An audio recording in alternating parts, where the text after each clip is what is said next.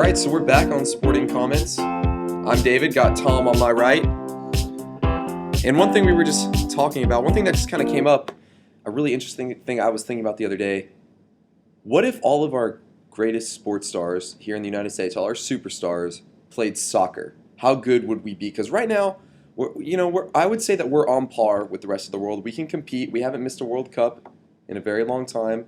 We made it to the quarterfinals back in 2002.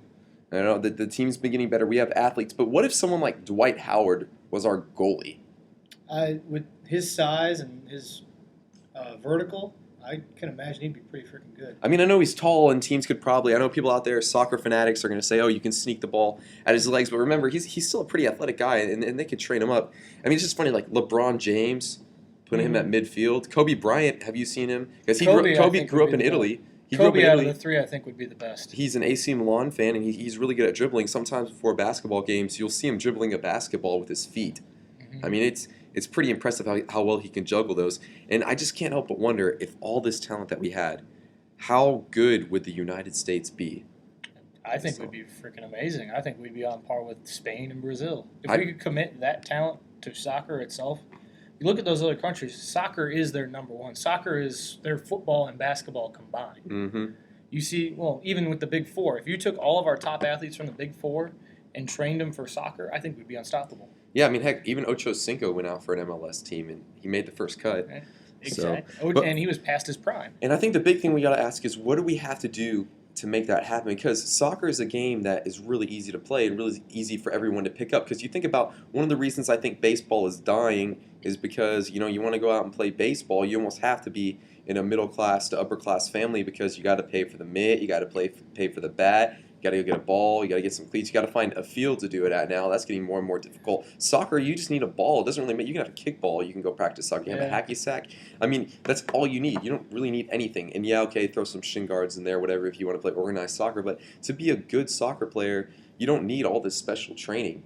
Yeah, it's with a lot of these sports, it's just getting the kids to start playing. And soccer, like you said, that's an easy sport. You just give the kid a ball, tell him to go kick it around. I'm not saying he'd be good, but at least introduces him to the sport. Yeah. That's not a way to find your best players necessarily, but you got to get the young kids to take soccer seriously, whereas most kids, such as myself, I played soccer pretty much most of grade school, but because I was waiting for football. Okay, but why did you want to play football or basketball or baseball over soccer? Well, football's been in my family. My old man's a referee. He was on a college team for half a semester.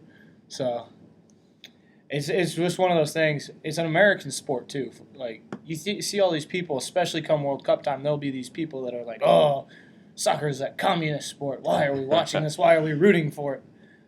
That's the exact culture barrier that soccer needs to overcome if they want to truly ascend into one of the big sports in this country. And I never really understand that thought process. I don't know why people think soccer is a communist sport. I mean, funny story, actually. My grandpa said that he used to play soccer all the time growing up, and this was pre-World War II. This was back in the 20s, in the late 20s, early 30s. But he said when we went to war with Germany, that they cut it out because that was a game that the Nazis played. That's a really interesting story, interesting fact. And I mean, I definitely understand the culture thing, but I don't see why people aren't willing to accept such a fun game into our culture. I mean, FIFA, we were playing it the other day. FIFA is freaking addicting. FIFA Soccer 14, oh my gosh. I mean, we go crazy over that stuff. I'm terrible at it. But it's just absolutely amazing to see all of the athletic talent that we have in the United States of America. I really think that we are the most athletic country in the world. I think you see it at the Olympics. I think you see it in almost every single major sport that's out there. Well, and I think that we could be dominant at it. I think the best case study is look at our women's soccer team. They're perennially one of the top teams in the world, if not the top team.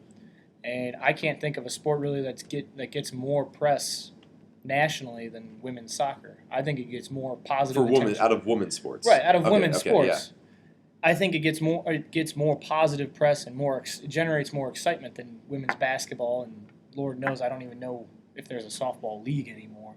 I don't know. I gave up talking about women's sports for Lent, so wasn't much of a sacrifice.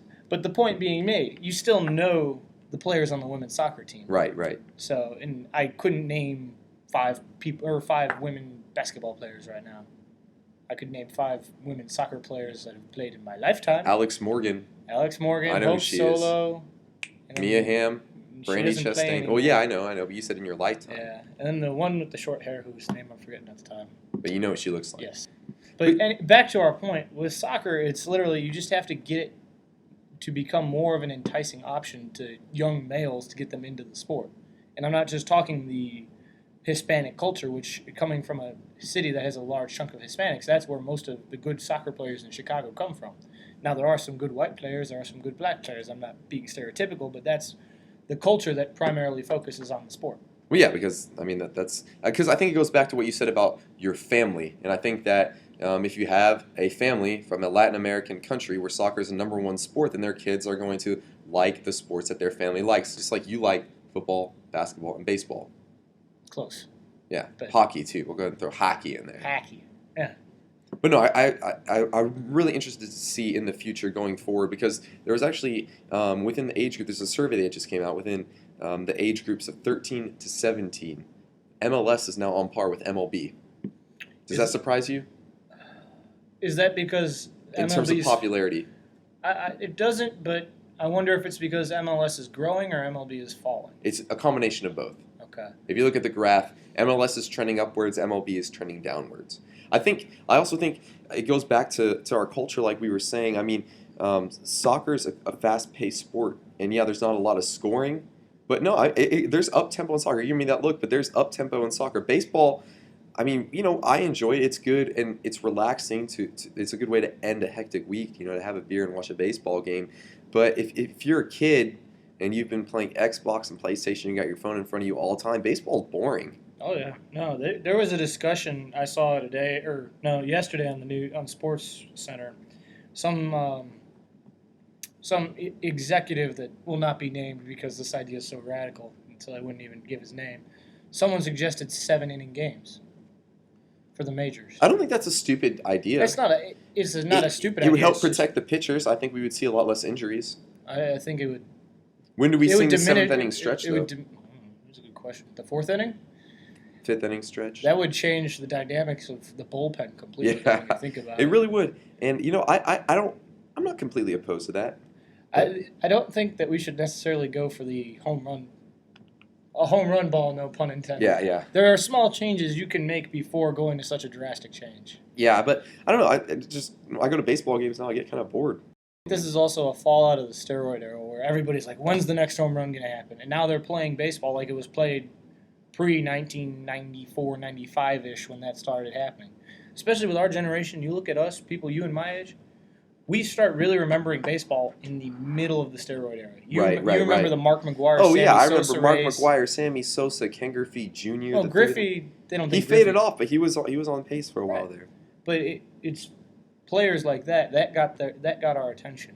So all of a sudden that's not happening anymore, and people our age are just like, baseball just lost its appeal. It really has, and we'll see where it goes with soccer.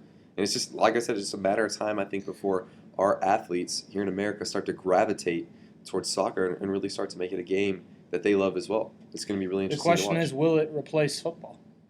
I don't think so. No, I will.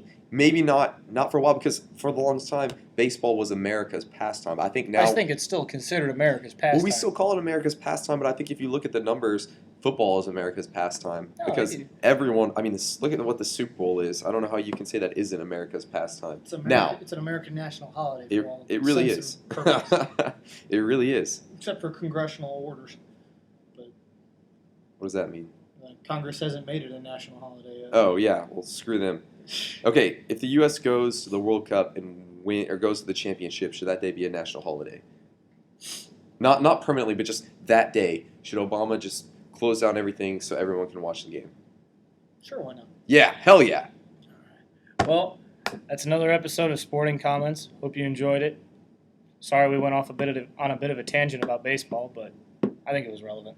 Lawyered. Lawyered? Sure.